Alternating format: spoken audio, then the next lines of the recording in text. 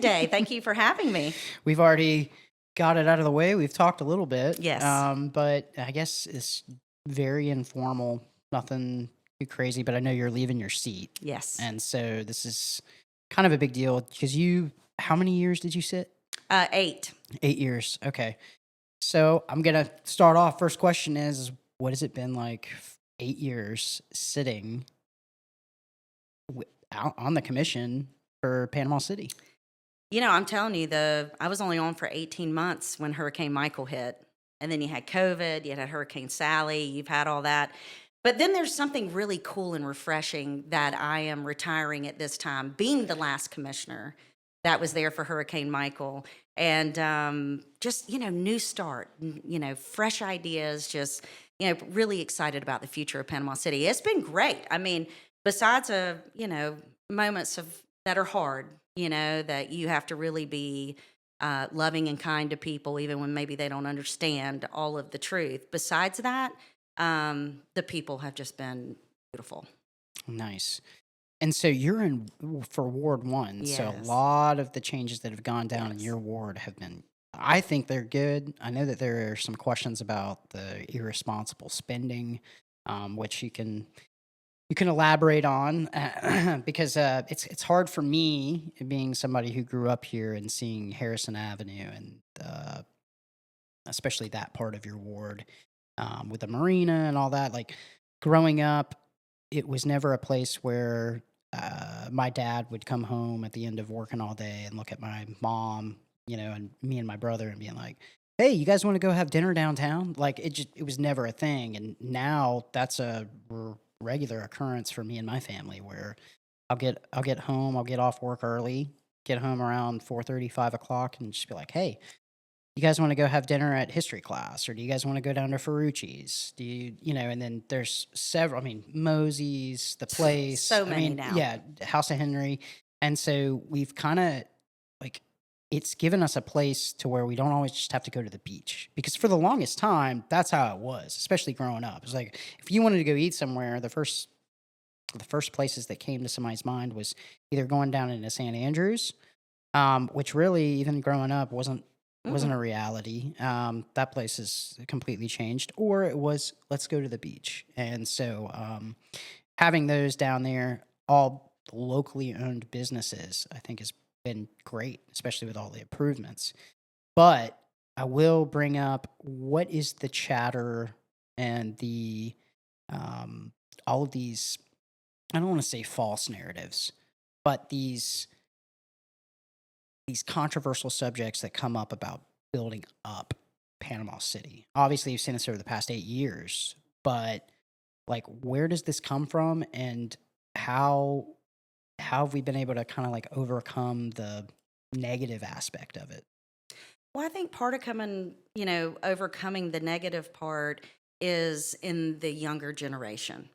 And it's not just them. We have plenty of older generation who is just as thrilled to go downtown, walk around, shop, and do all that. And to your point, growing up, I mean, thank heavens for the Petronas family and Captain Anderson's, because it was like the fine place to go or somewhere great to eat, and a lot of other ones too. But it is incredibly satisfying to see younger people sitting all outside having coffee. And you know what the greatest part about it is? The revitalization of downtown didn't come from me or from us. It came from all that citizen input that we had after the hurricane. And that was the craziest part, is that we spent 2 years doing visioning process, and all kinds of people were involved. I mean, we had the chamber involved, we had Destination Panama City, we had Chautauqua Learning School. I mean, you name it, we had everybody involved, and they're the ones that built the idea of what they wanted.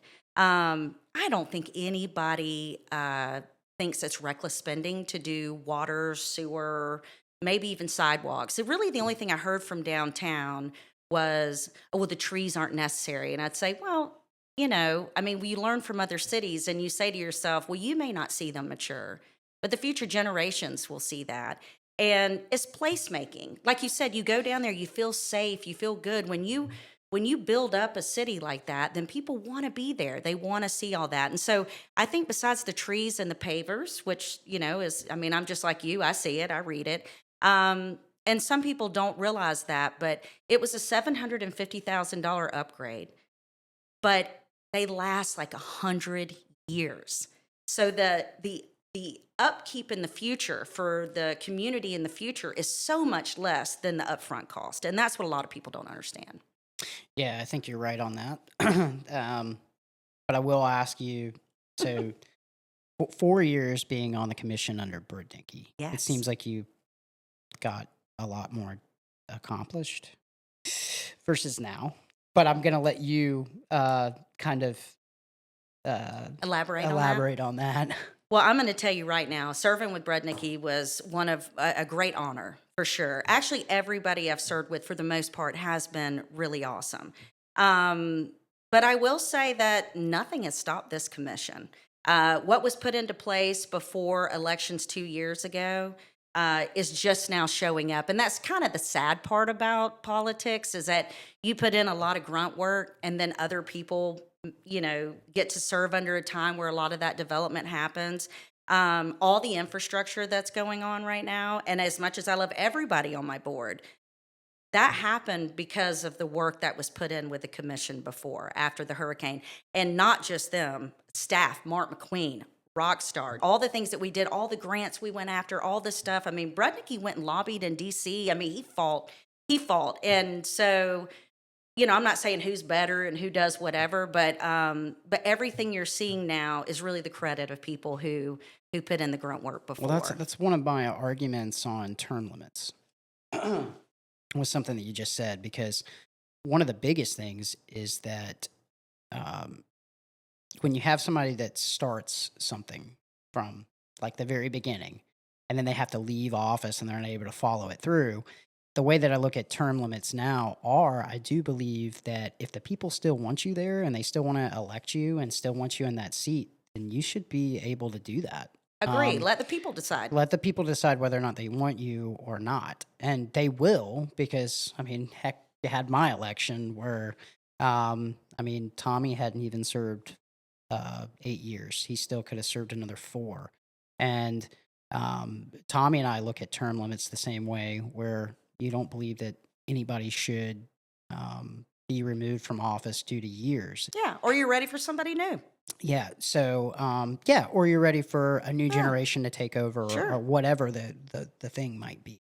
But the thing about it is that with some of these things that you started and you saw it from the beginning, and are you worried about anything though that maybe you were on board with and maybe not see some of those things go through in the future? The path. The path? You're worried that the path won't go through? I am. Real quick before we talk about that, because that's a whole can of worms, is the everything else, especially the MLK Rec Center, and that may seem odd because it's not in my ward, but I love Glenwood and Millville with all my heart. I love all of it with all my heart, and the kids really. I'm a mom. That was my biggest thing, and I wanted to have this. I wanted to provide this great life for all families in Panama City. So I want you to know that's one of the hardest ones, because it'll be completed and I won't be on the commission anymore, but I know it's already taken place. So that, the Martin Theater, I would have liked to have, and we still might have this, the lease together for the marina, because I do know how important that is for people, and I would like to accomplish that. But the path, that's the only thing that, we voted on time and time again, and we'd had visioning processes over and over again, and I just really feel is a wonderful asset to a community, even those that live on Beach Drive. And it's hard. It's been hard. I mean, that's my ward. Yeah. I mean, those are my people, and they're wonderful people. But they have concerns. We talked earlier about, I feel like everything I push for, because I pushed for a lot of things people weren't comfortable with over the years, whether it was golf carts or social district or skateboards, being allowed and things like that.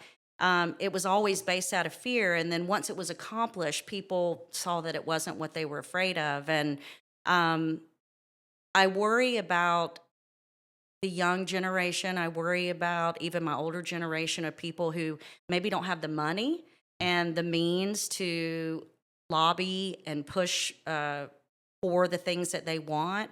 And so that kind of concerns me. But at the same time, with the referendum, which I did not vote for, Doc and I voted both against it, actually. That maybe that is what needs to be done. Maybe people have changed their mind, over the years. So So people have yeah, to be open to that. yeah, the Beach Drive thing. I mean, we're gonna talk about it because I think that's That's gonna be fine. it. But Yeah. the a couple things you just said. So let's talk about the state appropriation and how this thing came about. There's a lot of misinformation that's out there. I think you know that. Hmm. There's a lot of people that there's a difference between. I think that there's two different types of people. You have people that are genuinely concerned, and then there's people that just like chaos and they just want to jump on the bandwagon and be Sure. part of chaos. But with that being said, this state appropriation, when you were sitting on the board, the state chose for it to be towards that path. It wasn't something that you applied for. It's not something that anybody else applied for on the commission, right? So DOT, forget the path for a minute. Okay. They've got a whole smart streets, like walkability, like they understand that kind of the generations are changing to more to like a live, work, play, right? And quality of life is so important, especially we saw that with COVID. Hmm. Being able to go outside, being able to do those things. So it was already an issue before I was elected. Hmm. And it's I think it's going to continue to be one, even if it dies out for a little bit. I would have loved to have shaped it together, made it something together, but the appropriations were for a waterfront path.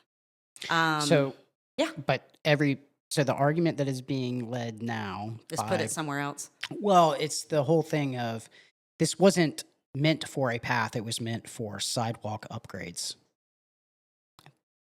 Well, I mean, you could consider it that too, but I would say, Well, but I think it was I'm not. originally put in for a sidewalk. I think it was. I mean, No, you're right. yeah. I'm telling you what the Oh. that's what's being said. I know you don't.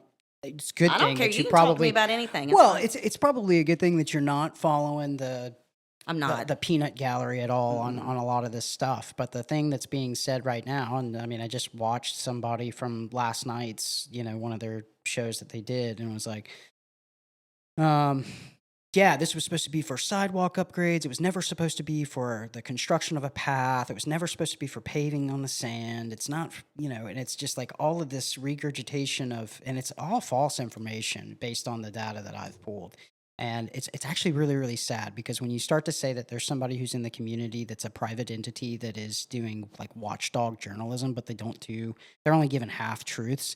It's very, very frustrating to see things like that. Especially when you do have a little bit of a respect for the people that do it. But the false narrative and the falsified information that is being pushed out to the community through these outlets are that the commission doesn't own the road, so they're not able to put a path in. They're two separate things. I understand that. The other thing is that this was a state appropriation that was supposed to go towards fixing and maintaining sidewalks and no new construction. And that's the opposite. But the argument that I get That's in, actually the first I've heard that. That's a new yep, one for me. yeah, Okay. it's going around in the Okay. Twittersphere and on Facebook and all of Okay. that. But the other thing that's really, really funny about this is that when these different things come out about how the engineering costs that the commission has signed off on for these different improvements to be made to whatever drawings or whatever.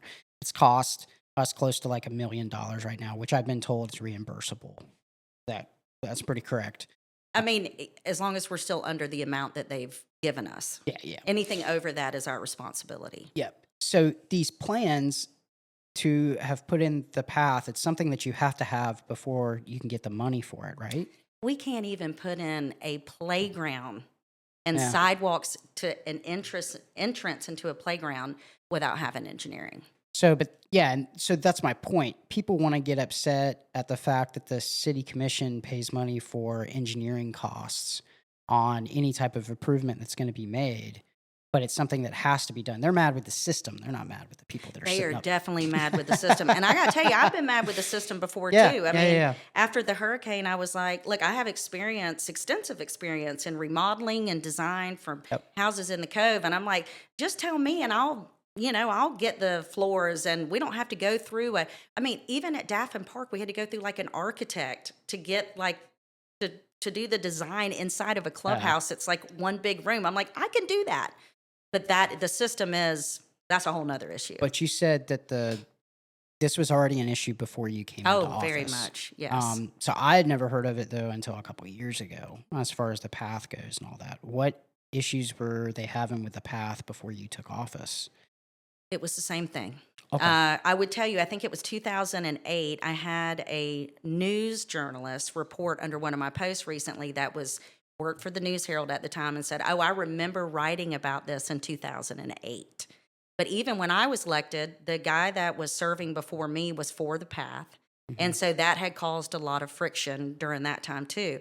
Now, to the defense of people who are just hearing things, I was told right off the bat that the city doesn't own the property there. And I was like, okay, well, I would never go for that. I mean, I don't know a Republican that would, I would never take someone's private property.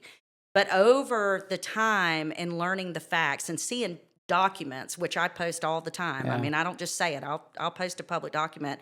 Then I did understand that, like, actually the citizens do have right of way there.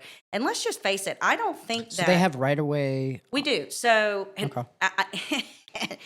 in defense, last meeting, and I'm not afraid to say it. I mean, I had a little confusion at the last meeting too, because I was like, well, hold on now, because I do respect the people on Beach Drive. Yeah. And there was some dialogue on there that I wanted to bring attention that maybe I was even confused about. I can admit, like, maybe I'm wrong. Maybe I didn't understand it right. But what it came down to is that city has city right away from Frankfurt all the way to Balboa. It pinches there though. Yeah. And we would have to go up Balboa and then come down the train depot to come back to the marina. The DOT has right away all the way down. All the way to that little bridge right there at Johnson Bayou. So what was confused up there, because they kept saying, well, city does it and this and that. What it came down to is this grant is funded to work with DOT to go all the way down. And that's why we have to have their approval for the path. We do not have to have a transfer of road to do it, but we still have to have them right off on the path. And that was the confusion of last meeting. The way that it was explained to me was, so with the dredging job that had originally taken place, that's when the beach was created there. Wow.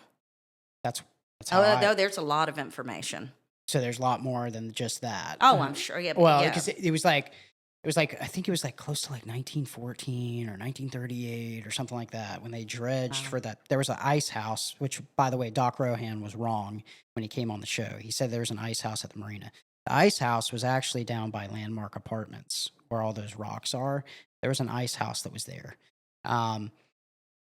In order for that to go in there for boats to come in, they had to dredge. When they dredged, the extra sand that they had, they created the beach. So that's on the other side, because I have pictures from the from the 1940s or 1930s along there where it's just straight up, there's water, and then there's a road. And so it's like, so there was no beach. No. Like, that beach was created.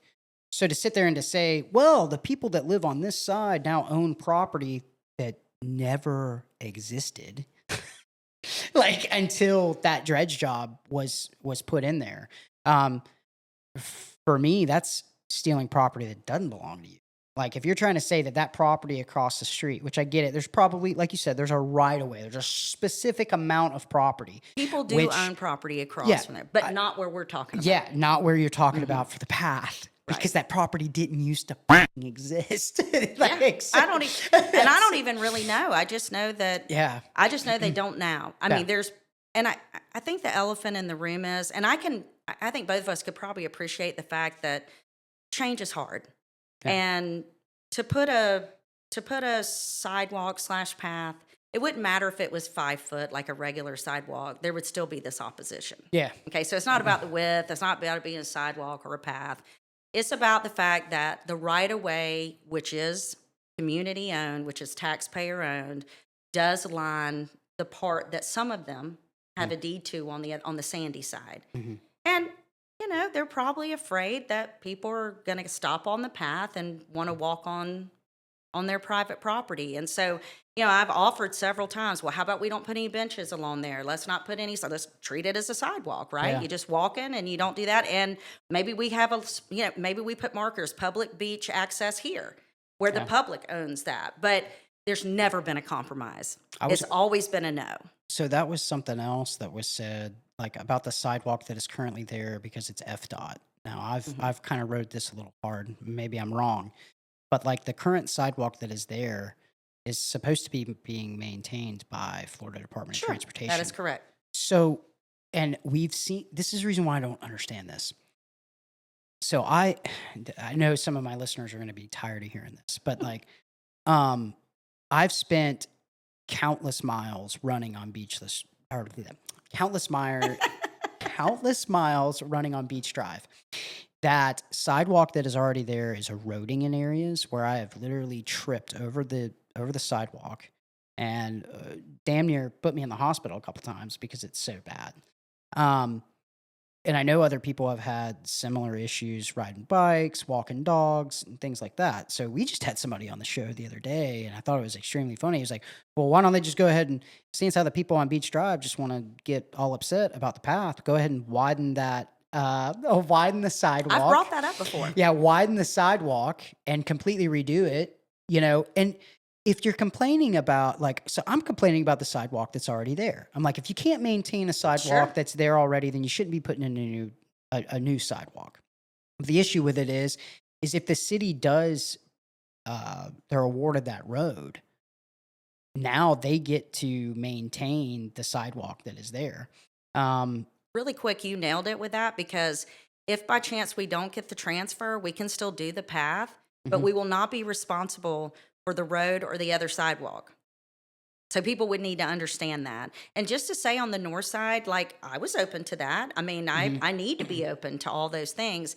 And there are still people on Beach Drive that would prefer that. They would support that. Really? They would support the path. A few. I think that you wouldn't want that either, because it's but the literally on majority your did side. not. The majority did not. No. Yeah. I think it's important to say, though, there are a handful of people on Beach Drive who are not against this path.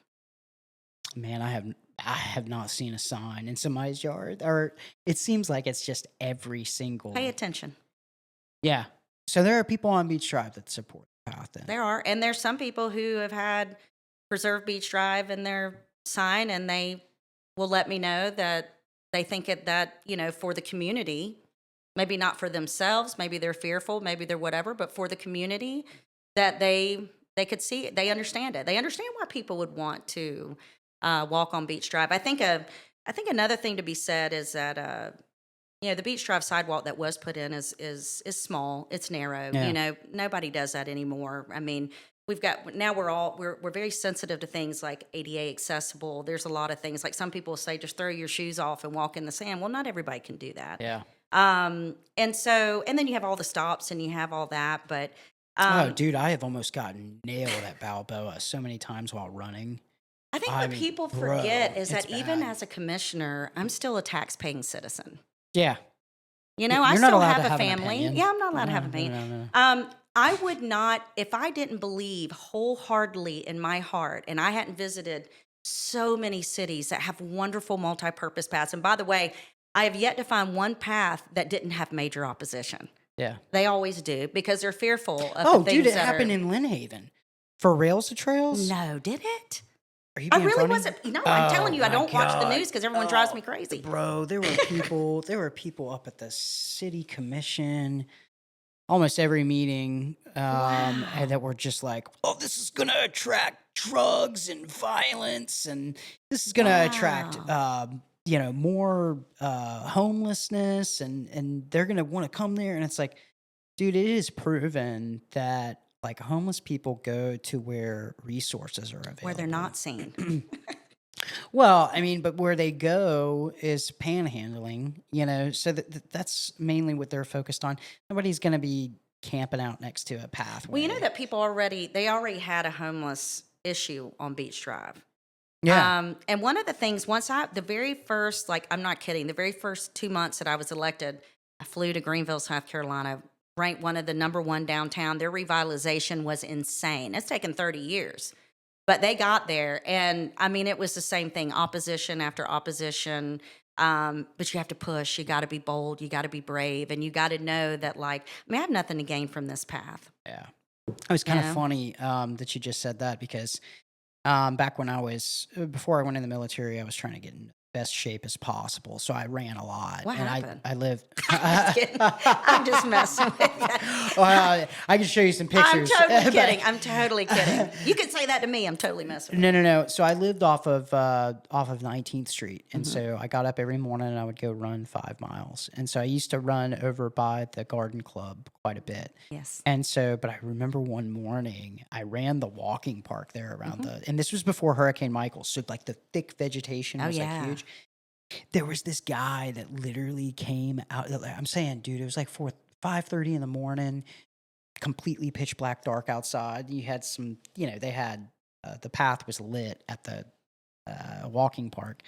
This guy comes out of the woods, bro, like Rambo, and he's just like walking out. And I'm like, what in the world is going on? He's got like this backpack on his back, and then he's got a bicycle, and then he drove off. So I was like, oh, what is down in there? So I walked down in there. There were tents that were down, setting up in there. Like it was like a homeless community that was. We don't have down enough there. trees there right now. No. You don't have it there anymore. But I think that's what people think about when. Well, they I think what people don't think about is that there has been a homeless situation there before.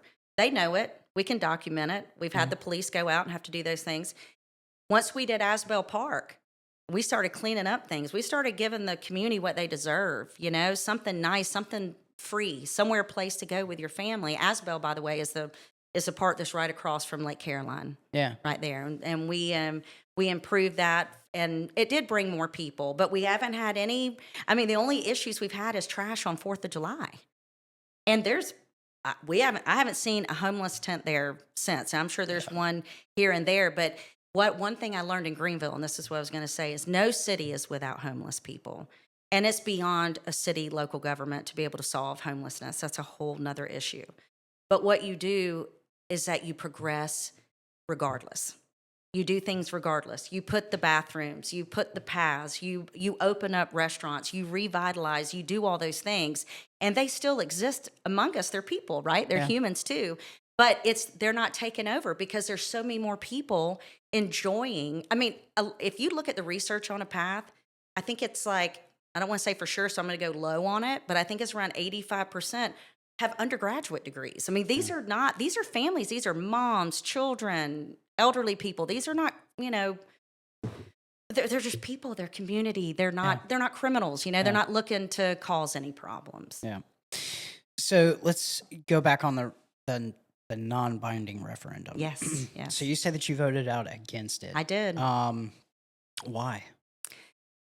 Because I have been here for 8 years. I do know how many thousands of hours I've gone through sitting in different vision meetings and all that. I feel like I knew what the people wanted. Matter of fact, they're the ones that convinced me that path needed to be there. So you didn't vote against the non-binding referendum because you thought it was a tricky wording. You voted against it because you feel like you know your ward enough to know what they want. I do.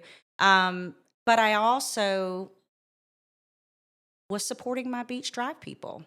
I was also supporting them to not take out, even though it's not binding, I know that if it comes out positive, it's going to be a lot bigger fight for them too. And I felt like everybody's lobbying and there's all kinds of information coming out. I mean, one of the things that they have gotten very upset about me is that I put no faith in their petition. And the reason I don't is because it says that we're taking private property.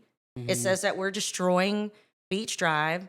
And I know for a fact that I would never vote for that. And so that's false right off the bat right there. So why am I going to trust what's being said to me? And on top of that, might sound crazy, but that's exactly what I think I'm doing, is preserving Beach Drive. I mean, I really believe that we're putting in new vegetation, new trees, so many more trees, getting rid of the ones that are there. Listen, they have a claim.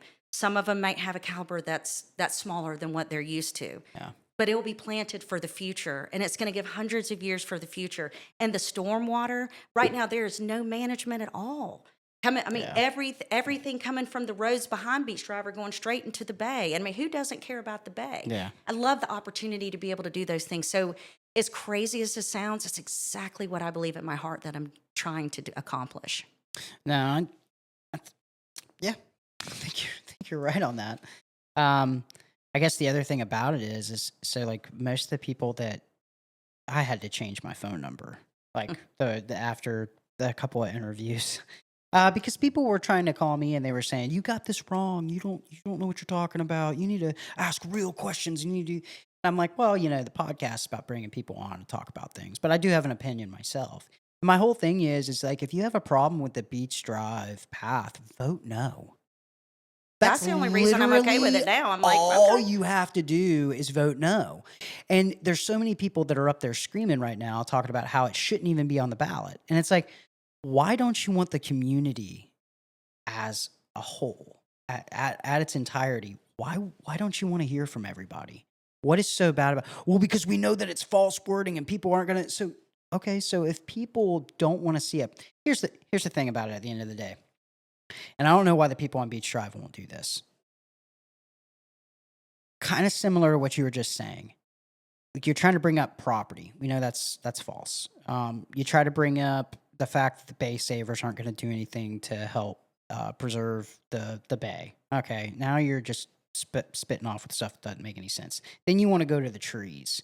You want to say, oh, they're removing these trees, and like you said, we're putting in new trees, new vegetation to make it look a little. I mean, I think it's going to look better when the path is there anyway. But whatever, we can play that game.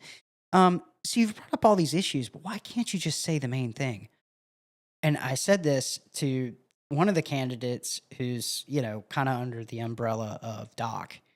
And he agreed with me 100% when I said this. I said, why can't these people just come forth and say, we don't want it? We don't want a path in front of our house. You would get more with someone like me, right? And me. That is a taxpayer than you, someone who goes and votes, if you were just honest. Listen, I live on Beach Drive and I don't want a path in front of my home. Period. The end. But when you sit there and you try to build false, fake, and lie, you lie. You intentionally are lying to try to prove a point. You could prove a point without lying. And the point is I've owned this home for however X many years, and I don't want a path there. I don't want to see it change. And guess what? My heart sinks hearing that and would probably vote no based on that. But because you try to be conniving and you go through all of these other loopholes to try to make it something that it is 150% not, so much to where you go off to local watchdog journalists, you pay money out to their show, so much to where you get all of these other people to follow behind you like disciples and push this. Like you're not captured. The reason why the non-binding referendum, and I'll go ahead and take a poll now because we already are. All right, not a poll, but I think it's going to pass. And I don't know. Well, the reason why I think that it's going to pass is because there's been no evidence that has come from the people on Beach Drive on why it shouldn't. And they should have went the heart route. If they would have went the heart and emotional route, I think that they're going to see a better turnout on it. But I think because they tried to think too big into fact and logic, and along with that came lies, that's the reason why people aren't stupid. And when you talked about me voting no, I mean, that was part of it too. First of all, I felt like listen, I put in a lot of grit into this job. I've done a lot of, and I'm just thinking, another part of it was I was afraid of those that I know that are in favor, which I feel to be the majority. I feel like they wouldn't have the resources and the lobbying, and the money to put out mailers and fight and do all those things. And that breaks my heart because it just does. Again, that was like one of those things, the mayor, when he came on, he wanted to talk about how they had an attorney. And this attorney's been working on this thing for years. My experience with attorneys is that when there's something there, it doesn't take that long. Well, and Like, I that's want just you to my know I had a meeting. I've had meetings, and I've been very quiet about this because it was a very painful. I'm going to go ahead and say the most painful meeting I've ever had in my 8 years. It got real personal, and I understand it because it's personal for them, um, but inappropriate. And somebody shouted out that you and I talked earlier about my mother. I have a nonprofit called Be Like Jancy. She was a single mom, raised 4 kids, worked 3 jobs. She taught at Bayheim, and she was a freaking legend. Mhm. She really was. Um, and this person stood up and made false claims that my mom had promised them that I would never vote for the path, which my mom was for the path. But this is what they said. My mother's dead now. And they were like, your mother was a liar. I started bawling my eyes out because I could almost do it now. And it was so painful and so hurtful. And luckily, I had a friend with me that said, this meeting's over. Like, this is over. And I did get a few apologies privately from other people that were in that meeting. But that's when I knew that maybe some of the people weren't the people I thought they were, and that it really wasn't about community and it was about them. Mm. And it drove me to dig deeper and to dig harder to do what's right for those that can't speak for themselves. Yeah. It was rough. Yeah, I can't. That's the reason why, like, me in politics, like, so, Yeah, part of when, why when, it's not for me anymore. like when I ran for office, and Daniel and Tommy both can attest to this. I didn't spare any expense trying to, like, kind of like throw a little bit of dirt here and there. Oh, I know. I Yeah. never went after their Mm-mm. character of like their past. I never went after their family. That's just like one of those things, because if you do it to me, you're a dead man.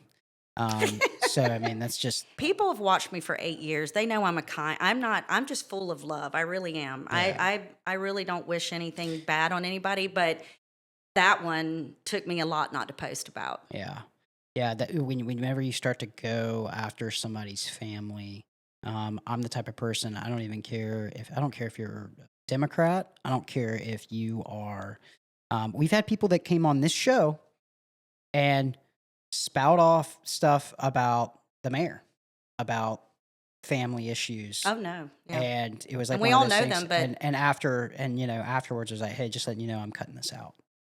And then, well, it's the truth. I don't give a fuck if it's the truth or not. It's not coming out, and it's not going to be presented on my platform, because it's just like one of those things. But man, yeah, if somebody said that about my mom, they probably wouldn't be and talking my about it mother the is next day. dead. Yeah, no. Yeah, and she went to But school have with you these have you people. noticed, you've been in office for 8 years? It's like there's no there's no there's no like there's no line. I don't understand People could it. just say, and I get it. You do have the freedom of speech. You can say Sure. whatever you want. There's repercussions to that, because again, I am not a nice person. So like, I'm not. I'm definitely not a nice person. And so in fact, if you talk to my closest friends, they'll tell you that I'm loyal, but they're definitely going to tell you he's not a nice guy. Like he's just not. I'll make my own decision. Yeah. Thank you. But the thing about it is when you start doing stuff like that, you start to bring up Well, somebody's that's when you really mom. see the. That the I don't know how I character of would do. somebody. Like, I don't Oh, know all what's I up did- there on your I just desk. started Do bawling you have like crying a is cup what I up did. there and like pen? Like I would have been throwing stuff and like, come up here, dude, drop top. I think I was so shocked. that is. I Very think I was so shocked because, my family, we're 6th generation here. I mean, my family settled Eastern Bay County. I Yeah. mean, it's, we've just been salt of the earth people. We haven't been rich people. We haven't been. Well, these rumors, they go around. So like, this was a rumor though too. Though Oh, they were saying Lord. that your mom was like, she was a liar. We had somebody come. Okay. I'm not going to say who, because trust me, I don't believe that this person was wrong on the information that they were given. So Josh Street, he's come on twice now. And so mainly because whenever you start to make somebody your whipping post, I'm like, I'm going to have that person on my show. Just like Bernie Thompson talked about you last night. That's amazing. You're on my show within 24 hours. So, but what's I'm funny. going to make him put me on his too.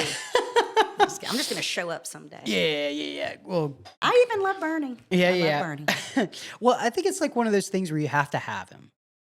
You have to have him in local politics. It's because, I talk to Bernie pretty regularly, here and there. But one of the rumors that got back around to me about Josh, this was the funniest thing. Kendall can attest to this because Josh came on the second time. I was like, so I got this rumor.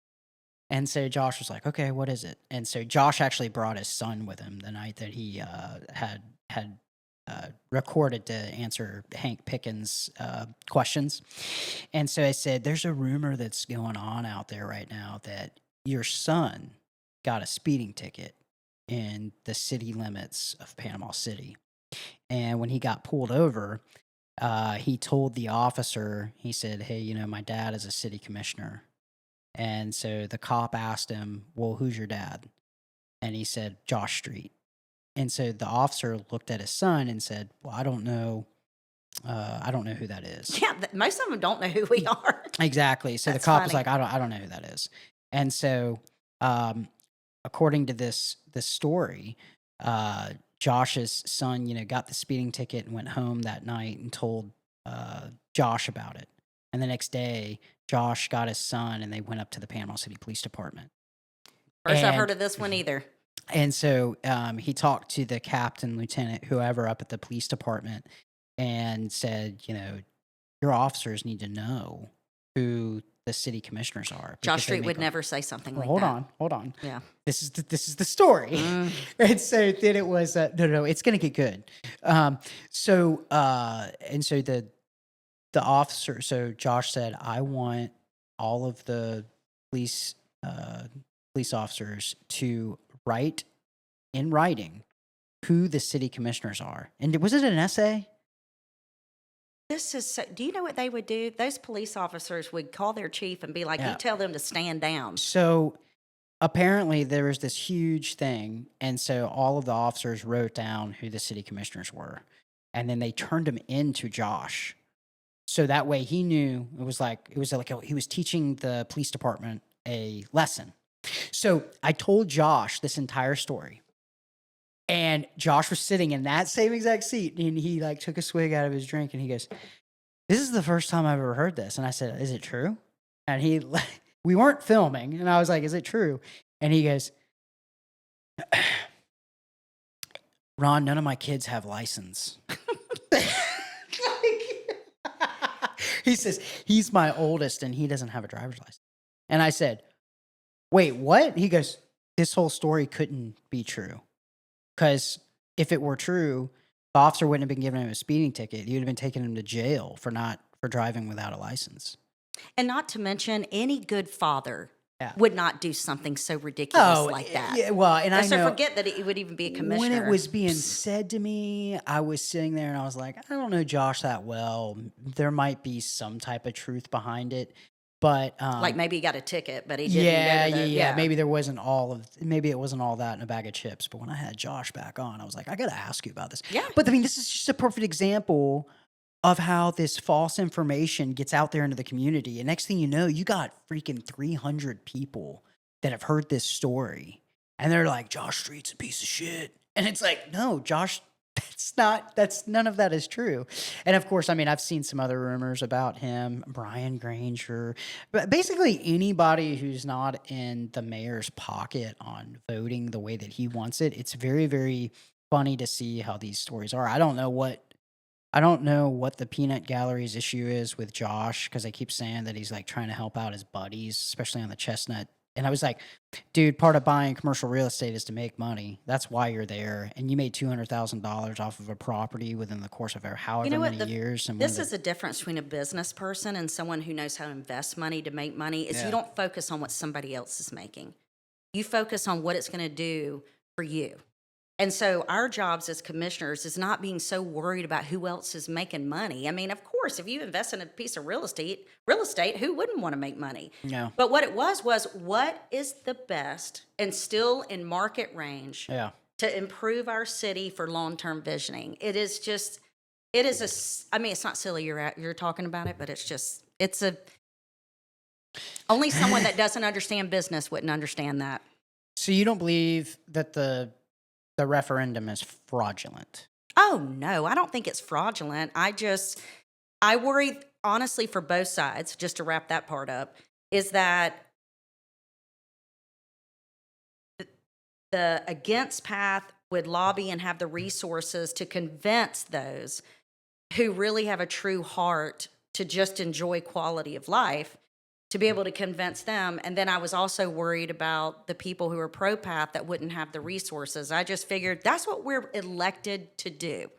Yeah. Have the courage. If we need to have more visioning, if we have to do all that, and let's do what it takes. Because where does it end? That was my concern. Yeah. Are we going to vote on everything? Are we going to put it to referendum for the marinas and for the Civic Center? And maybe the Civic Center, but you know what I'm saying. It's like we make hard decisions, and these last 8 years have been uncharted territory. And I could only imagine the hardest decisions have come this last 8 years between Hurricane Michael and COVID. Yeah. So I don't, before the city just needed to, maybe invest in infrastructure and take better care of their parks and those kind of things. But it was just crazy after Hurricane Michael.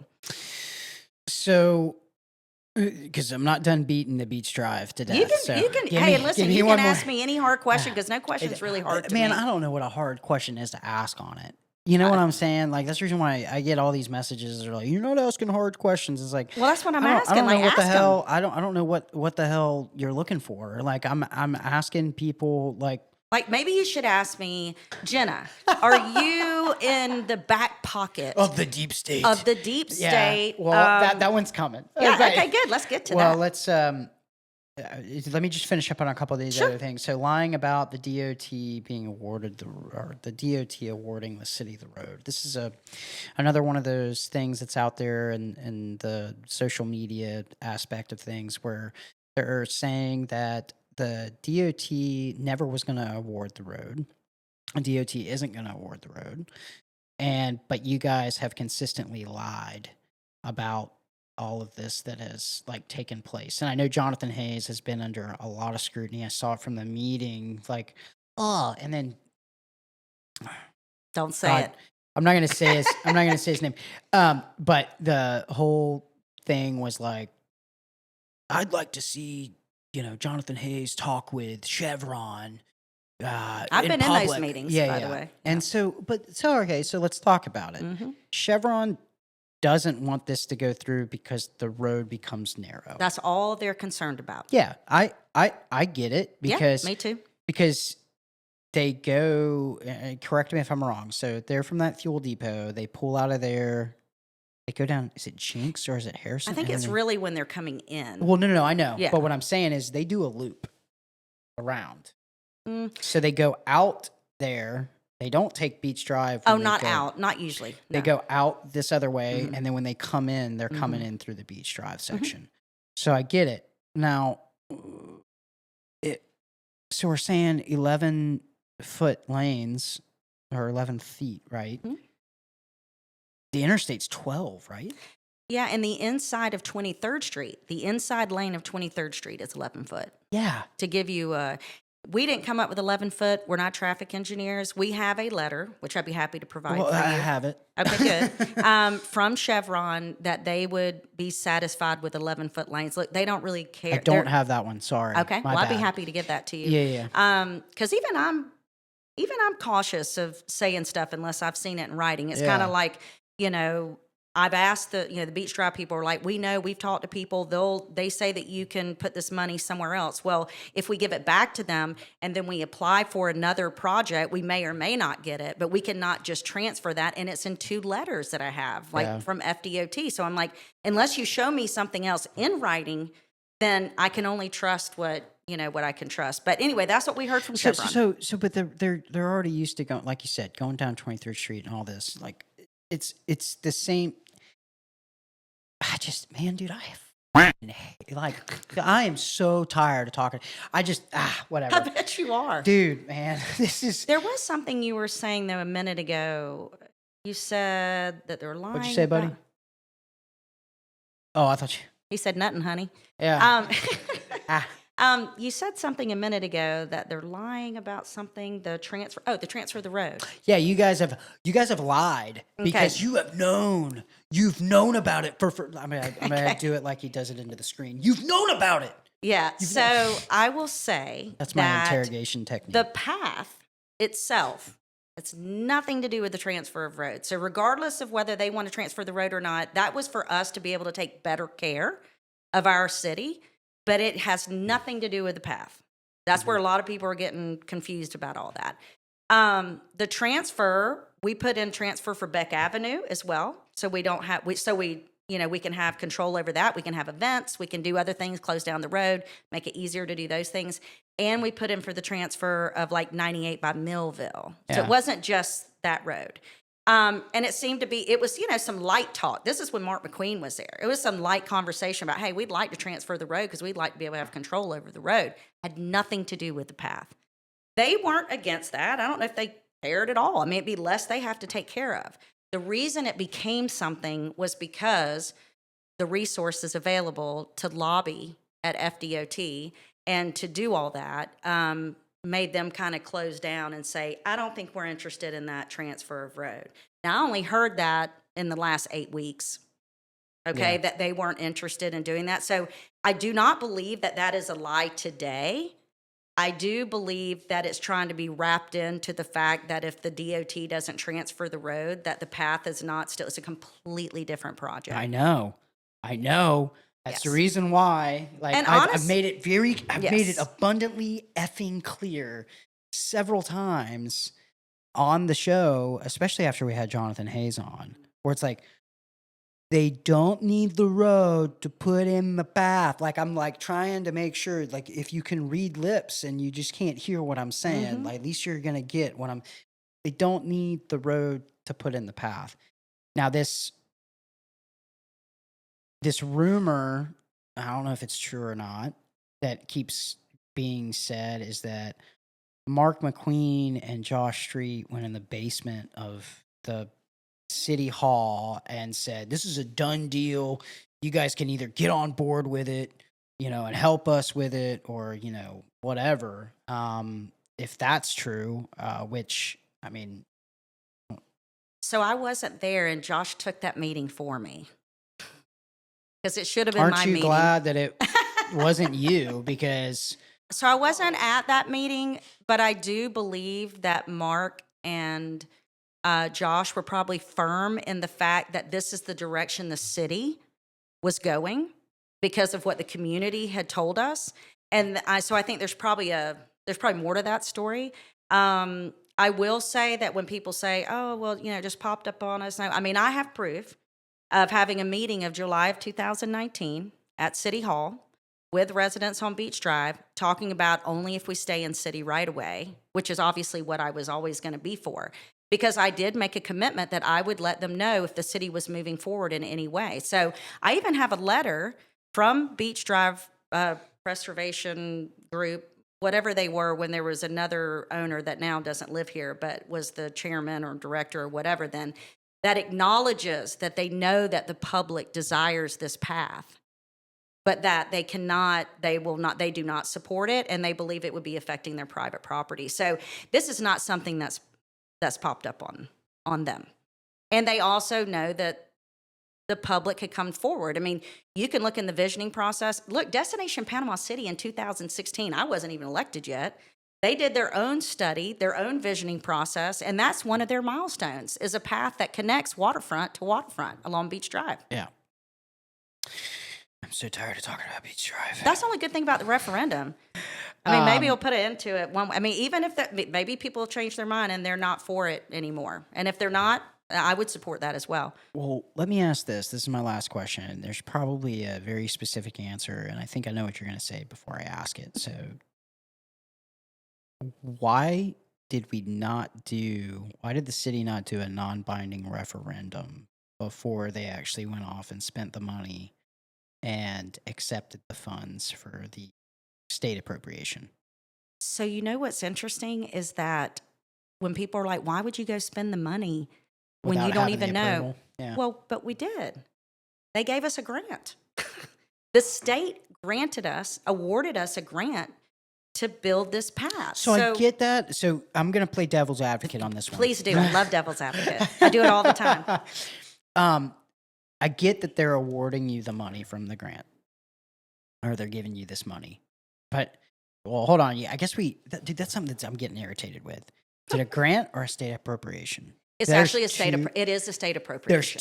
There's a huge, you know that Yes, there's I do. I'm sorry. Thank you for clarifying that. No. The reason why I'm saying it is because that is what's being put out there. So grants are applied for. State appropriations are not. I think, that's funny. I can't tell you for sure exactly that. I guess that we had someone lobbying for us to get that appropriation in the Senate. And you're absolutely correct. So, that's you're right. We didn't technically apply for anything, I guess. Well, so that's the argument, though, that's being said on this other side of this is like, who applied for the grant? That we'd already gotten a grant before I was elected to do the same thing. Oh, no, I didn't. Yeah. And it was only $1.5 million then, and it was given back. So this is the state appropriation that's been awarded, right? Like they're saying, hey, this money here is available. Sitting on as a commissioner, and I get it. I probably unless it was out there, you said that you felt like you knew your ward better than anybody else because that's where you sit. Then these other people are supposed to know, Josh, Brian, they're supposed to know their wards better than anybody else that's sitting up there. But I feel like, and this is just me looking from the outside in, I would say the same thing to Brian, Josh, Doc, or even you, but it's the whole thing of we knew that this was going to be, you knew that this was going to be a controversial subject. Yes, I did. So why not do the non-binding referendum before you start sending in money for engineering costs? Same reason I didn't vote for it. Because you feel like you know your ward. Well, no, and I felt like those with resources and power could lobby and pay and convince people of things that, and I knew different. I mean, at the end of our last meeting, when you did see all that, I don't know if you noticed the very last part of the participation was a young lady that got up that used to live a couple streets over from Beach Drive and said, I know what your heart is. You're trying to do something for all of us. And she's for the path because she's, her husband had died in a motorcycle accident, and that used to be their place as they would go down to Beach Drive and all that. It's like, you're not trying to hurt anything. We're not trying to rip down trees and do that. We're trying to provide more opportunity for those that don't get to absorb all that all the time. I mean, and so she's the kind of person I'm talking about that I see and I talk to and I hear. It's not a petition. It's the majority. And it, what also tells me is where are you coming from with why you're against it or for it? Yeah. If you're against it because you're worried about the wildlife or you're whatever, okay, great. We've done all that research. We've got documentation to prove that we're not damaging anything. Hit me with the next one. Well, I don't like that you're doing private property. Then I'm not. So hit me with your next one. I'm worried about the trees. Okay, this is what we're going to do. Hit me with your next one. So is it a safe assessment though to say this? If how many people live on Beach Drive? Because those are the people that really don't want it. How many people, because they say that they have this petition signed, how many people signed a petition? Well, I can tell you this. I think 3,000 is what they've said. So 3,000. How many active voters do you have in the city of Panama City? So isn't it like 30 some odd thousand? Let's just say 30 to be low. 30? So 30,000. The reason why their petitions don't work, and this is the reason I said this to Ed Young and I said this to Demetrius Reese. I said it to them both. I said the reason why those petitions don't work is because there's not enough support. And they're saying, well, there's thousands of people. There's thousands of voters. Well, they're not necessarily Panama City residents either. And I think that was part of why Josh wanted to do the referendum. Yeah. It's because he wanted to hear from people in the city of Panama City. Yeah. And so, I mean, I get it. I just worry about, that. But then I just have to let it go and say, at the end of the day, it's a democracy. And if people vote no because they're afraid of those things. I think the non-binding referendum is good because at the end of the day, after it's voted on, the people spoke and they said where they wanted the money to go. whether or not they want the path or not. I mean, that's just all there is to it. I mean, I don't I understand. agree. I mean, I agree. If you're against it, you say no. If you're for it, you say yes. Well, the wording. I don't give a shit about the wording, dude. How many people want the path? How many people don't want the path? And I'm going to It's tell you, for them to have for a group of anti-pathers to be able to have the resources to fight it, and the people still say yes if that happens, then that would be pretty profound. Because I think it's going to be a lot harder for pro-pathers to win this fight than just because of that. So you don't think that the non-binding referendum is going to go through then? What do you mean by that? Do you believe that you're going to get more no's than yeses or more yeses than no's? I believe in my heart that we're still going to get enough yeses, but I am concerned. I'm concerned. I mean, I see the same thing you do on the negative stuff, and I just want to be like, I'm okay with people voting against it 100%, but I just want it to be based on the facts. Yeah. And like you said, and that's what reminded me of that meeting that I had, is that when someone mentioned like people being on the other side of the path, and I said, now we can work with this. Yeah. What can the city do to protect you for those of you that have, like, I totally get it. Can we do, that's on each side of the path that says, please be respectful of private property unless it's posted as public, just something to work together, but just couldn't get there. We beat the hell out of Well, Beach and Drive. non-binding, by the way, the reason, I don't know why. I wasn't part of that conversation. I just know that it probably, I mean, if we're going to be honest, it probably leaves this, the city commission, with the opportunity to still do what they think is best for the community. But Right. they've all said, even the people running said they would support, well, except Doc, said they would support what the people want. So it probably doesn't matter anyway. Yeah, I know that was what, Demetrius said the same thing when he came on. You can go back and listen to his interview. Oh, he did? He did say that? He did, didn't he? Said that. I have to go back on. He says, yeah, I mean, he said that he would vote for the people on what the people wanted. I don't really think we got that far with Ed. And when Ed came in, he was just like this. Everything was folders and stats, and it was kind of hard to ask any type of. He was just a different type of person to interview because he was like, "Holy crap, I can't!" Yeah. Like there was no diving deep into emotion. Everything was based on the logic and fact. To each his own. Yeah. And so, but I do know that with and the same with Robbie. Robbie, thing that I liked about Robbie was everything was based on moving forward. What are we going to see? What are we planning on looking at in the next? It's kind of funny because in this race, I feel like, and again, somebody who doesn't live in Panama City, I look at one side, because Doc, I've told Demetrius and Ed this when I talked to them. I was like, dude, I would get upset if the mayor came out and said, I scrounged the area and I looked under every rock, and these are the two people that I chose to run. And it's like, whoa, like me, I'm the type of person who's like, I choose to run. Nobody selects me. I did it on my own accord. And I mean, I get it. They want to be under that umbrella, which is fine. But again, it's like you have people that are for, I want to fight irresponsible spending. I want to try to pinch pennies as much as we can so we can see the future flourish. Don't really know if they're talking about flourishing financially, because pinching pennies in this day and age, the city not utilizing any grant money, I feel like that's a little bit unorthodox.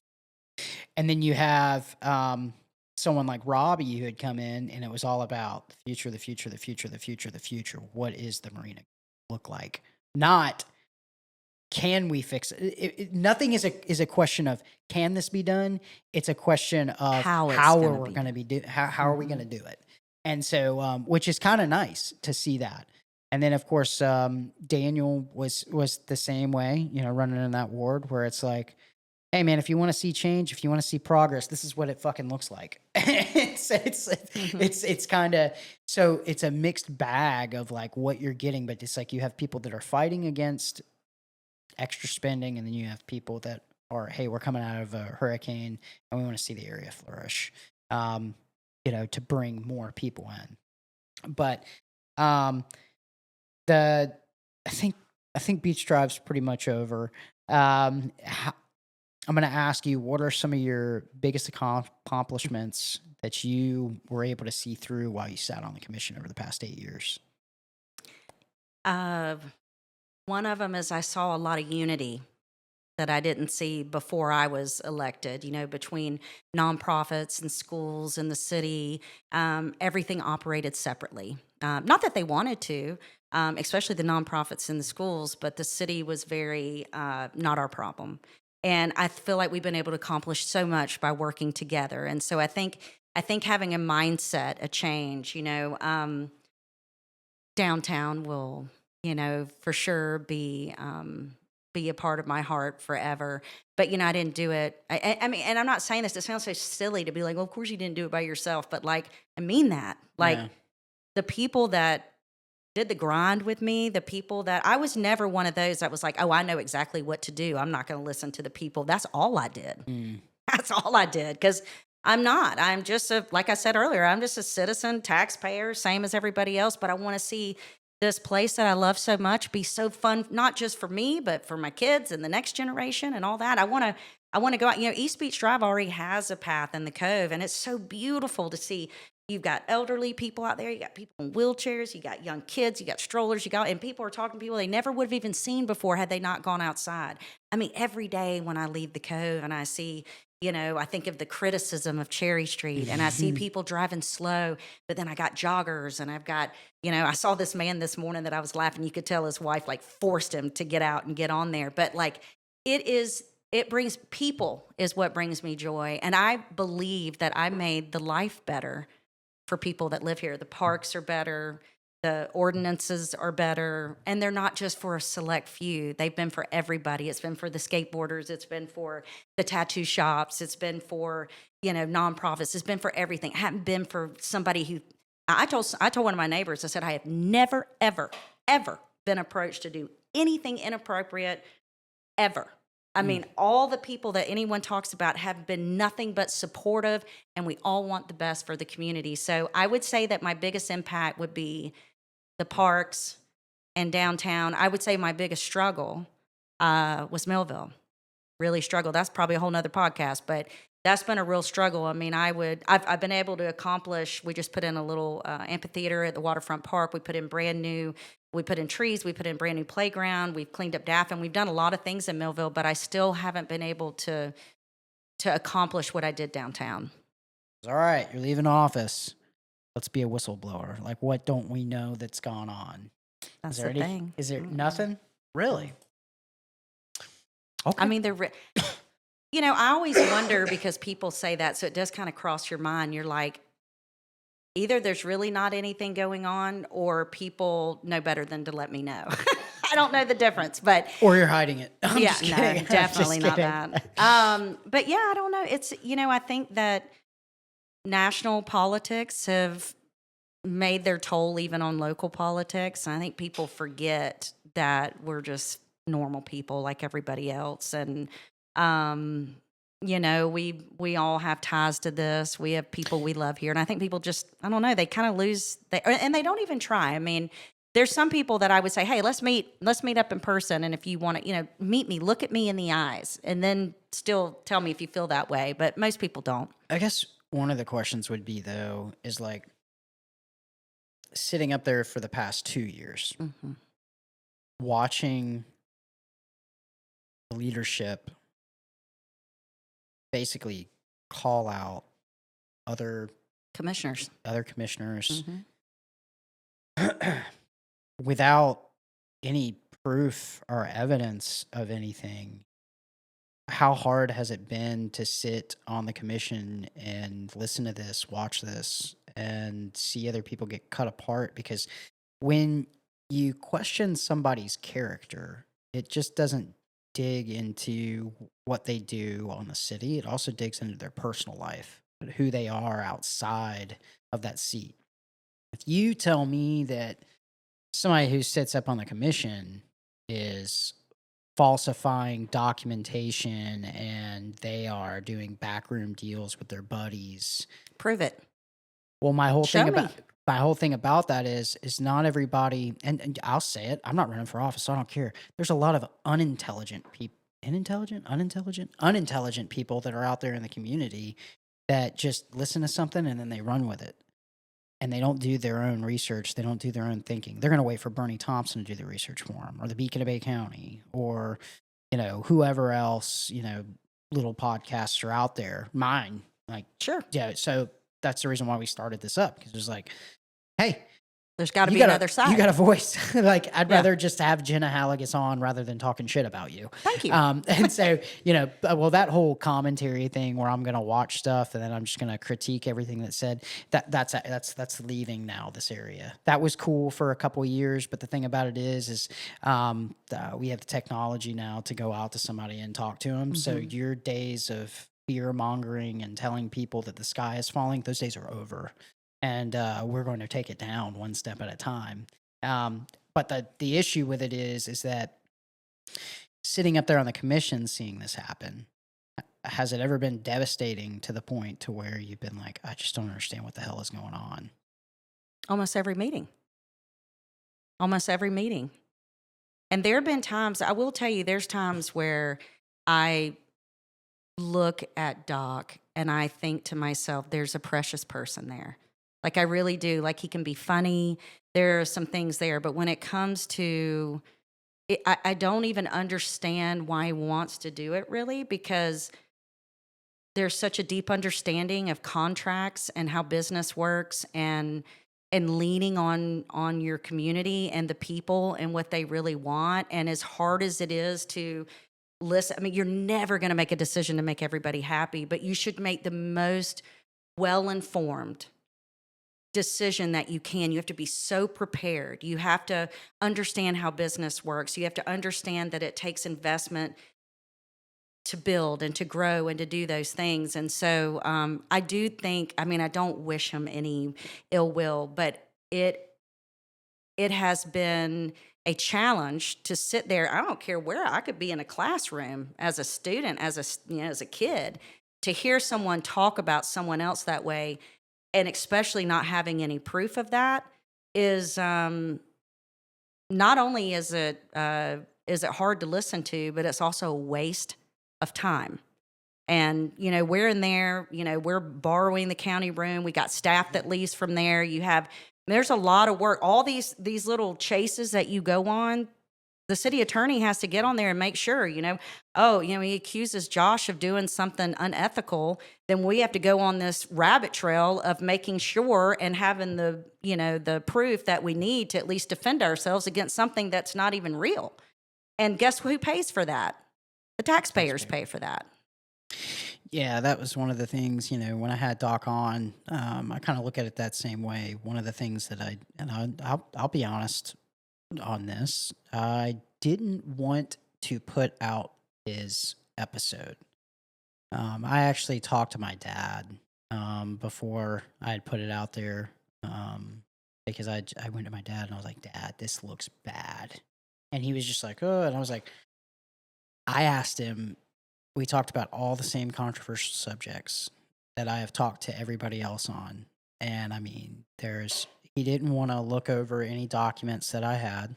He didn't want to read the referendum with me. He wanted to say that it was, it's the way that it's worded, it's fraudulent. And it's like, okay, cool. Explain it to me, because I'm stupid. Because I literally said that. I'm stupid. Well, You're going to have to explain it to me. I feel the same way you do. I'm open. Yeah. So, and he didn't want to do that. He didn't want to talk about the property on the other side. He wanted to throw that over into, what's his name? Property appraiser, Dan Sal. He wanted to throw it over on Dan Sal and say, oh, Dan Sal. And I'm just like, dude, like, all you're doing is you're just name dropping. You're not giving me any information. Like, you're talking, and then you're saying that there's a deep state. Then you're saying that you were informed by a clerk that these backroom deals were happening. And then I said, okay, cool, they violated sunshine law. And then it was, well, I don't think that they violated sunshine law. And it's like, well, then don't say such a hard thing. What is going on right now? And it was very, very frustrating. To a certain degree. And again, I mean, Doc seems like, I don't think he's an intelligent individual. but it's at the same time, it's heartbreaking because my parents do live in Panama City. I still have a love for Panama City because that's where I grew up. So it is one of those. It's hard to see, but you know, that's kind of like this thing. And you're telling me, you're like, dude, I've been sitting up there for 8 years, and I haven't seen this deep state corruption. People trying to contact me, hand me bags of cash to be able to make stuff happen. So I mean, it's I don't know. It's interesting. I thought, It's so much juicier to say that there is, but the truth be told, just isn't. I don't talk to Josh Street about, nobody is going behind closed doors to talk about these things. That's why the meetings take so long sometimes. yeah, But it's just, it's disheartening because it takes up time and resources and money of taxpayers to chase all these things. But at the end of the day, once again, it's a democracy. He got voted in. It's, whatever it could be. The part that he says 4-1 all the time. yeah. But the That's truth is not. that's not true. Yeah. It's true on some big things, but like even in his letter, he had mentioned the new downtown signs that the CRA did that were $110,000. He voted for that. Yeah, he complained. That was a 5-0 He vote. talked about it on the podcast about how they spent over $100,000. Not they. Yeah. And it's the CRA. Yeah. It's not that money is just for that. I could go into that. It's not the same thing, but it's just the point that like the TIF that he was talking about, the downtown TIF program, which almost every successful downtown uses. We actually took us like a year to adopt this and to do all this. Yeah. He voted for that. That was a 5-0 vote. So Tax incremental financing definitely falls on the board. but it wasn't a 4-1 vote. It wasn't that. And, I'm just going to say it. It's a lot easier to stand up there and vote no against something, knowing that the rest of us are going to take it on the shoulders because we're going to have to do what's right. Yeah. And, it would be so easy for me to be like, oh, I'm just going to vote no for everything, knowing that I've got these courageous, bold, and brave commissioners over here who are willing to take a hit and take a punch if they really believe at night that they can go to sleep and know that they made the best decision they possibly could with no ill will out of that. I'm not saying we don't make mistakes. I'm not saying that there could be things down the road that, that we're like, man, I wish I hadn't voted for that. But there's nobody up there in the deep state that's like getting paid by anybody and doing all that. Another thing that's bizarre, if you look at the old campaigning 2 years ago, that says, look who's, you got a donation from St. Joe. Yeah. And then, he gets a donation from St. Joe this time. And I don't care. I love St. Joe, by the way. I'm a really proud partner with them. I'm proud of what we've accomplished with them. But it's just one of those things that it's like, I'm okay with you changing your mind. I'm okay with him saying, like, now I don't have a problem with St. Joe. But it's just He doesn't have a problem with them because they donated to his campaign. well, they only donated $150. $50. I don't care. If you take money from somebody. Okay, he asked for it. Did he really? Yes. He asked for the money from Yeah, I'd St. like Joe? for you to ask him that. I don't think he's ever going to come back on again. I'd love for anyone to ask him that. So he asked for the donation Yep. from them? Huh. Yeah. And as soon as he was elected, he had his 80th birthday party at Indigo, but then turns around and acts like it's such a terrible thing that it's a replacement over an old storage library that was there in the old city hall. So I don't care that he disagrees with us. All that's fine. You don't like St. Joe. You don't want to do that. That's fine. Walk the walk. That's fine. Yep. Yeah, totally fine. That's a policy thing, and I totally Yeah. can respect that.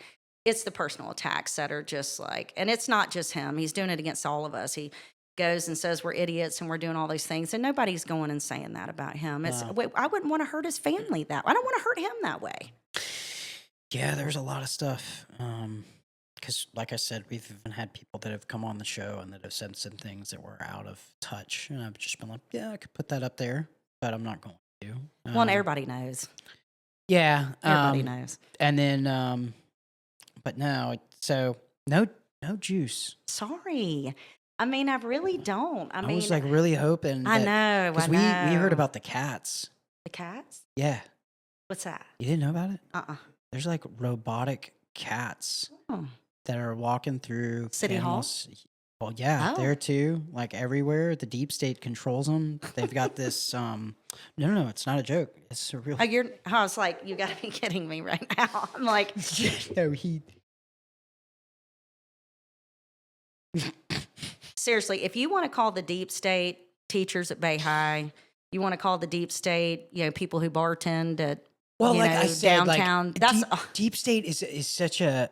First of all, and does it make you? I have a question. Does it make you not think about it when he says, I look too far and I got two people to run so we can, so basically you're committing to the people that you don't care what anyone says. You are all in a pact to vote the same on way. every decision that comes in. That's why I said, I was like, if Ed Young and Demetrius and Doc, they win, and then all three of them are up there, they're going to have an ethics complaint first freaking meeting because they're going to all vote for the same thing in the same favor of whatever. I don't think people are buying it. No. I don't think that it's something to really worry about on that. I just think truth prevails. At the end of the day, the good and the light and the love and the truth prevails, even when there's little stumps in the way. And I'm not talking about the path. I mean, to each his own on that. But I mean, there's so much more, and that's the shitty part about this election. So we've had all these candidates on, and we've talked about the same damn thing. Exactly. It's the CDD, the Path, Chestnut, the Marina Civic Center, the Marina, the Martin Theater, right? Everything in my district, pretty much, besides Chestnut. And it's kind of funny because you'll have somebody on, and that's what they're expecting to talk about. So the first time you say, "What's your economic development plan for your ward?" And then you hear the crickets. Like that's what you hear when you ask, and it's like, I'm not really thinking about that. And like, the reason why you're not thinking about it is because the only thing that people are fucking talking about are these things. And do you know how unfair that is to Panama extremely. City North? Yeah. Who people that live off Star Avenue or live off Titus Road up there that are not involved, they probably feel completely and utterly left out. Yep. I mean, it's part of our city, and they have just as much a right to be, voting for these things and thinking those things. But, what are their, and I do believe that Brian Granger, he's very involved, and I do believe that he cares about all that. But it's like, oh, well, don't say that, because last night on a show, you're in his back pocket. So don't say anything good about. Am I getting Brian. paid? I don't Doesn't know. that mean back pocket? I'd have to go back. You might be. I don't know. I always thought that's I think what all people of you meant. guys are getting paid by somebody. Yeah. The deep state's just like everywhere. Chris Forehand is just raking out Now, thousands and thousands to you guys. I love talking about. I want to talk about Chris. I want to talk about Chris. Oh God, I need to have him on. Oh, that should be interesting. Just don't have his wife on. That might be. You might have it. Might get a little crazy in there. Yeah. No, I'm just kidding. I told you this earlier too, and I brought it up on purpose too because I'm not trying to hide anything. I mean, I noticed where somebody had made a comment that's like, "Oh yeah, she's friends with Chris Forehand." I'm like, "Yeah," since I was 15 years old. Mm-hmm. I didn't follow any of that stuff. I knew a lot of people I loved in that on both sides of the Lynn Haven things, and then there was all this talk it was going to happen in Panama City, and then nothing ever came of that because I don't know of anything that would have come of that. But I just love people. Look, forget Lynn Haven. People have flaws, and for people to talk about the way they do, the same people that talk so negative are also the same people that are saying lies about me. So I know if you're lying about me, so that means you could be lying about other things too. So I just make decisions for myself. I love people and I love who's good to me, and that's all there is to it. Yeah. Yeah. Yeah. Well, and that's the other thing, right? Calling out individuals who are in the community that are doing good. That's one of the things. So Dr. Sam Wolf. Oh, don't even. I love him. He delivered my son. He was my wife's doctor, along with everybody over there at Emerald Coast, OBGYN. And so it was really hard because, Dr. Wolf has actually seen my son since and takes pictures, and he's just like one of the nicest dudes He's an in the incredible world. human. He's great. And for you to go, I just ran into him the weekend before last out at McGuire's or whatever. And he's a big kid, man. Dude. Oh, yeah. Yes, he he's is. awesome. But the thing about it is like, when you look there, this guy's overpaid for a strip club Yes. just to turn it into a freaking parking lot. Yes, because to do what's best for other people. And then you're from the dais being the mayor, knowing for a fact that this was an eyesore and one of the most disgusting places that kept St. Andrews down. After I'll say, you're going to get me on the St. Andrews because that's where I grew up. Yeah. St. Andrews, when I was growing up, was not a safe. I have footage of you going in tan fannies. There's no way I've never been in. Never. No, she does not. I never went in there. But if do I you did, believe they me? had a No, I'm pregnant just woman that was dancing there for a while. Stop. I'm teasing. But Thankfully, there were no smartphones back then. But also, you're just of upper standard, so I'm sure that you were never in there. No, I I'm never just was. teasing. Actually, we're having a. Never mind. We are having what do we call it? Well, I know, but we call it something specific. It's called a. Oh, it's a new term? No. Hold on. It's a exotic dancer. I don't think that's a new term. Well, I didn't say it was a new. I mean, just saying, like you said it's a different term. we are having an exotic dancer that is going to be coming on to talk about the ordinance that was passed for all the strip clubs being shut down. You know, I voted against that as well. Oh, not that ordinance. I thought you were talking about the spring break one, which now I'm kind of like, what's going on? Oh, the at one that beach? you're being attacked on right now. Oh, by, am I? You and everybody else. It had to do with they can't serve alcohol. Yeah, what me? I voted no. Really? Yep. I know everybody thinks it's not. And that's another thing is that I actually like this person a lot, but there's someone on Beach Drive that owns some of these facilities that are maxed out donating to Doc. And so that was it's just so interesting what matters to people and what doesn't. But I actually did vote no against that because I believe that it was government overreach. Yeah. And I felt like it, that's what I felt like. I felt like this is their business. I don't have to agree with it or not, but it's their business, and these people depend on this, and it's a big amount of money. But the commission voted 4-1 on that one. But the cool thing about the tan fannies thing, was the fact that somebody in the community saw that there was an issue, paid too much money, But the thing about it is like ever since that place has been gone, you have seen this huge spike in St. Andrews. I want to take my kids. When I was growing up, my dad would not have taken me and my family, down there to go have dinner. I mean, it was this kind of cesspool. It was not a nice place to be. I remember. And so, but for you from the dais to start saying that these people are crooked and they're doing backrooms deals and stuff like that, it's really heartbreaking because it's like, you're talking about a doctor in the community.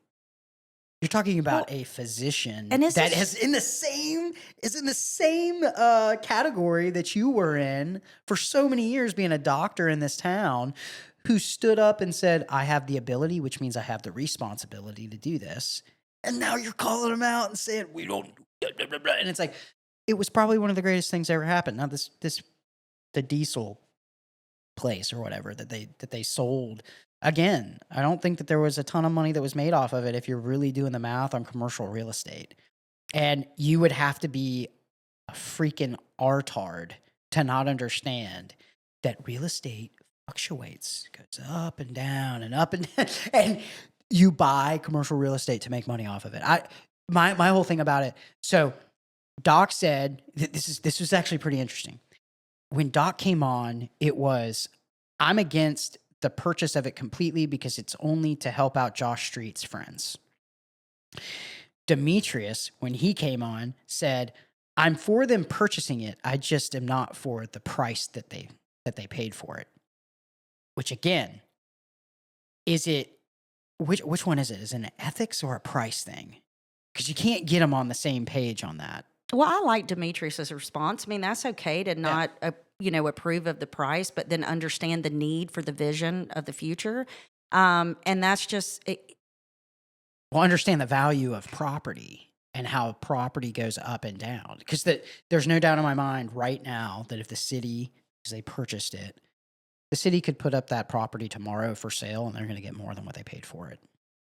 Well, yeah, we're already paying under the latest appraisal. And so it is almost It's a ridiculous It's thing to almost a even talk silly about. conversation to Yes, have. I it mean, is, I'm not saying you're 100%. silly, but No, no, no, no, no, no, it's no. just It kind of is. like it's just so. But it's like one of those controversial subjects that I have to bring up with But you know what's everybody. funny is I think it's only controversial with that group. I mean, I don't. I think that Yeah, you're I probably think right. someone has been running since they were elected the first time. Yes, it is a ridiculous conversation to be had, but it's one of those things that it's been a controversial subject that the mayor hasn't been able to shut up about. And then also everybody else. I feel like, and I said this to, I think it was Jonathan Hayes. I'd said, it's pretty standard, and because you run for office, it's like, well, you got to have 3 talking points. I need to talk about this, this, this, and this, right?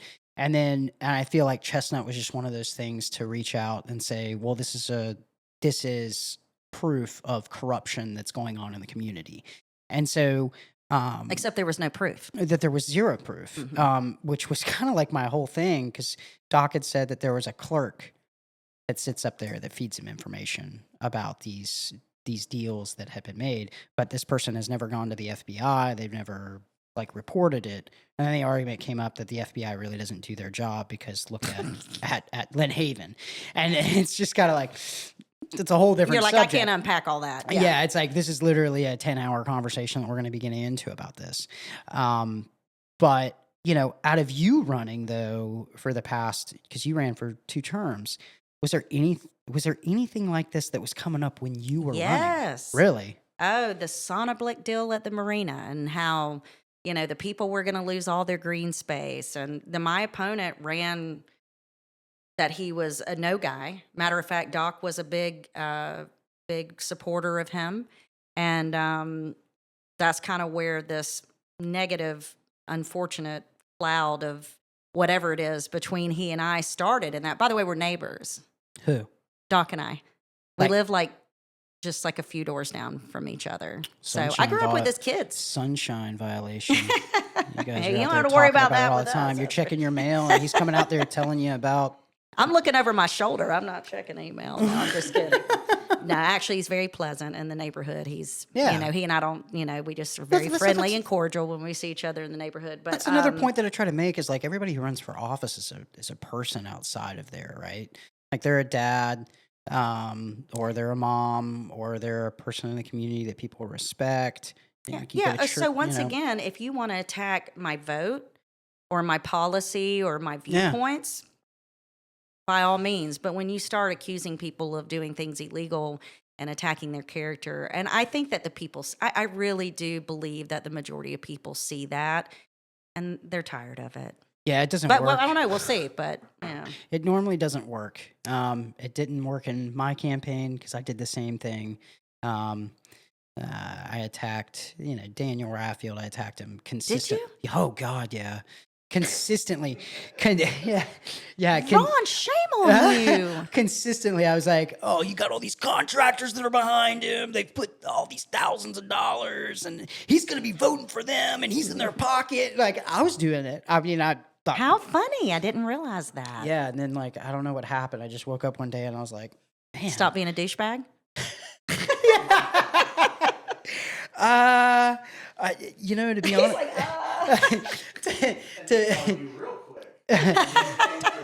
it's not.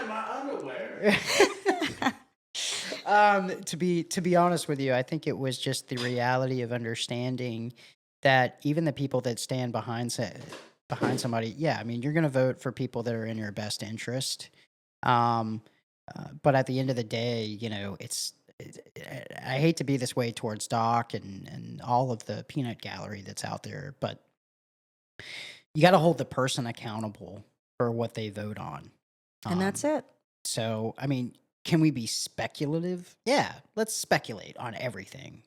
Jenna lives 2 doors down from Doc. You voted yes to the non-binding, or you voted no to the non-binding referendum, and so did he. And now we've got a story, and both of you guys. That's are right. You could totally say that. You could totally spin it that way. But the thing about it is, and now maturing around people that I've had on the show, because I do feel like I'm maturing every single time I have somebody that's on.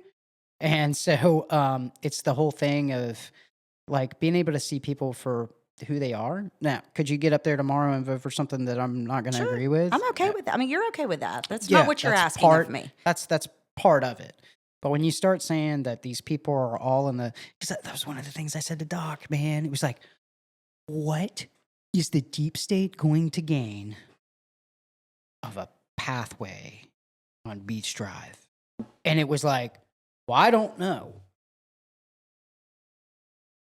You're really twisting the knife on everybody saying that they're corrupt and everything for something that is as simple as this. And we have talked about Beach Drive more than anything, but why are you not running again?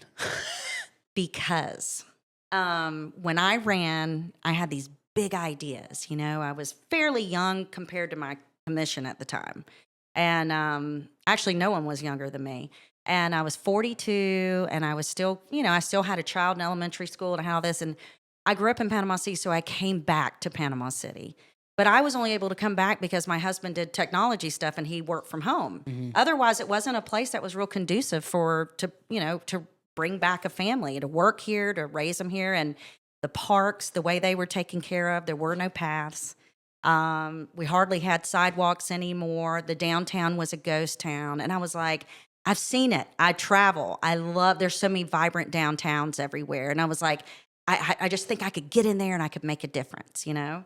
And my husband tells me now, he said, if it hadn't been for Hurricane Michael, you would have been pretty bored because you wouldn't have had any money to work with from grants and all those things. But so all those big ideas I had, all those things, all the relationships with nonprofits and schools and all those things, and, you know, the unity and just loving people and having this opportunity, all of those things have started to happen. And because of that, I think it's good to have fresh ideas and new things. And it is hard for me to leave because there's a lot of things I love about it. But then what's best for my city? You know, what's best for my city? And to me, what's best is all my ideas, all those big ideas I had, they're happening. I Yeah. mean, there are people enjoying downtown. It's like you feel great about going there. You're doing all these things. The parks are so much well maintained compared to what they were before. We're starting to do paths, even if it's not quite Beach Drive. We got Cherry Street. I'm seeing all this life, and so I just want somebody. I want somebody that has new ideas and new energy and is ready to just tackle to have a turn to serve. So, not that I think I would win again, but I'm just saying if I did run again, I feel like I'd already kind of everything I've gotten is voted on and in motion. Yeah. So besides, I mean, the past been voted on, but you know what I mean. So that's it. So that's why I just I love it so much. I'm willing to let it go to somebody else. What was the biggest hurdle that you had while you sat there for the past 8 years?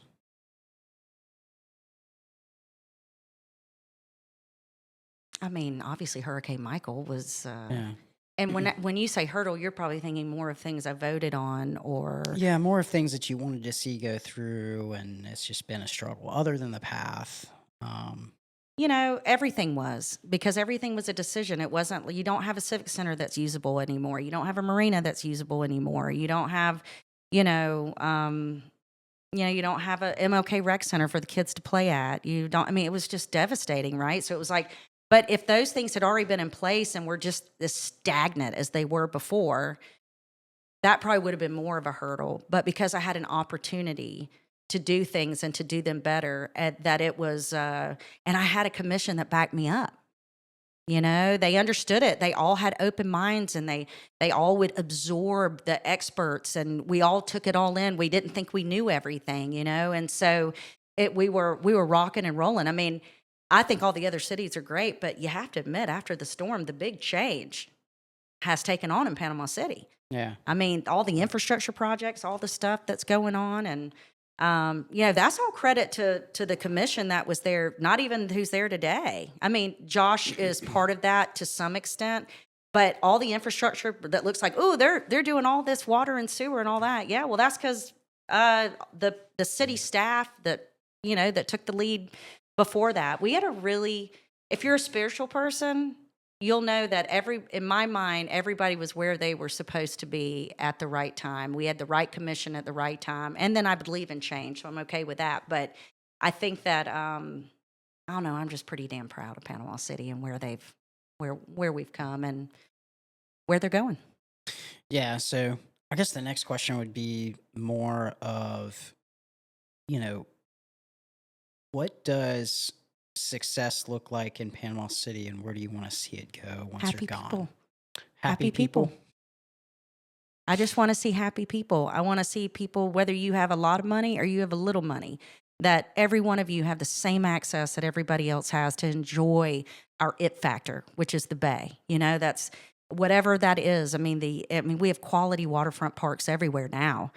We had them the whole time, but they were like sand spurry and they weren't really somewhere you want to go. I mean, I will literally drive around to parks to watch, just not to sit and watch, of course, but to watch kids playing on the playground and to watch, people on the multi-use path in Cherry Street or collecting down at East Beach Drive.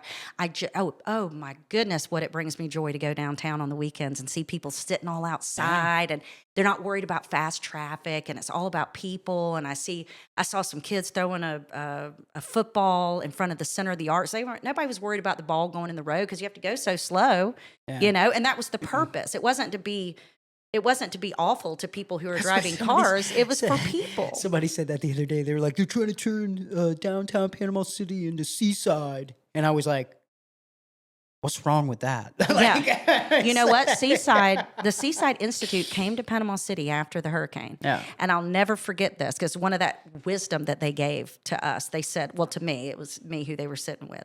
And they said, we don't want to make you Seaside. You could never be Seaside because you are so much more authentic than we are. What you have here is real. You have old buildings, you have historic, we had to create it. Yeah. You already have it. You just have to make sure that you do the planning properly. I mean, and it has been years, as you know, but yes, even they said, they basically bowed down to us and said, you have no idea what opportunity you have here. Please don't miss it, you know? And so happy people. I want to see happy people. I want people to move into Panama City. I want people to love living here. It raises all the other cities up that's near us. I just happy people. So, but you're happy with the direction that your ward is going to be taking even as you leave the seat? 100%, especially if the right person's elected. Right.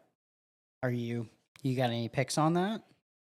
Okay, so I'm always super transparent. You can give me about your these picks things. on everybody, just seeing how you're leaving office now, right? Well, even if I wasn't, I guess apparently I'm allowed to, say what I do. I'm always, want to be respectful of everybody. So, and I think as you know, it's not an easy thing to put your name in the hat. And, I respect Ed Young. I respect Demetrius. I respect people who put their names in it. I do. But doing nothing is stagnation. Yeah. And it would destroy Panama City to have someone with that train of thought. Okay. The reason you've seen change, like you said, you didn't go as a child, is because people were willing to make those hard decisions and are ready to invest in now for a greater future in the future. So, I really like Daniel Schultz. I've become very fond of him. I mean, he's endearing. Yeah. I mean, he's a great kid. He has a great reputation. I do think he's a forward thinker, and I'm not going to lose sleep over myself if he wins by any means. I think he has a heart of gold.